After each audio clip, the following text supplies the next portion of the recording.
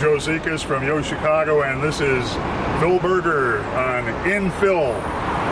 Well, Where are we, Phil? we're standing in the shadows of the Oprah Winfrey studio, although that's really not what we're looking at.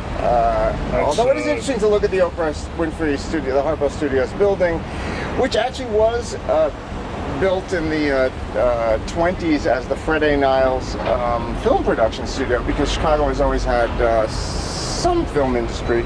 At Fred A. Niles they did commercials and industrials. But Oprah's people have rehabbed it to look sort of like an Art Deco steamship liner. That must have had that Art Deco look from the start, didn't it? I bet it must have, but in fact they've just sort of jazzed it up. But one of the nice things about the Oprah building, and the nicest thing about the 1000 West Washington building, is that in remodeling and repurposing the building, they've pretty much maintained the exterior the way it was when it was first built. Joe was telling me, to his recollection, the 1000 West Washington building, which really covers this entire city block between Carpenter and May, I think it is over there, or Morgan, and Washington and Randolph to the north. And this was an area of industry, and the 1000 West Washington building was mostly a bakery building.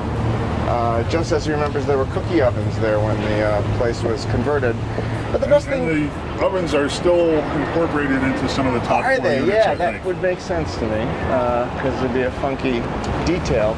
But to my mind, the nicest thing about the building is that it really just retains the shell of what was there originally, and so it's just maintained the same kind of presence on the street, instead of adding a lot of either architectural detail or building up and out that we'll see later a lot of subsequent projects have really done in this neighborhood. But aren't we missing some balconies protruding out, Phil? I mean, well, that's the point. I mean, what they did, the smart thing that they did here, you'll see, is that they actually knocked out certain exterior bays of this building to give people terraces without protruding anything from the building. So you'll see that in these units, and those over there, that they actually do have outdoor space, but it's because they just eliminated some of the indoor space, instead of hanging something on the outside of the building that, you know, would just never have been in a factory, and really changing the whole kind of facade of the building. But I like the way that they just basically cleaned up the building and made it into something that looks like what it always was. To me, that's the best thing about it.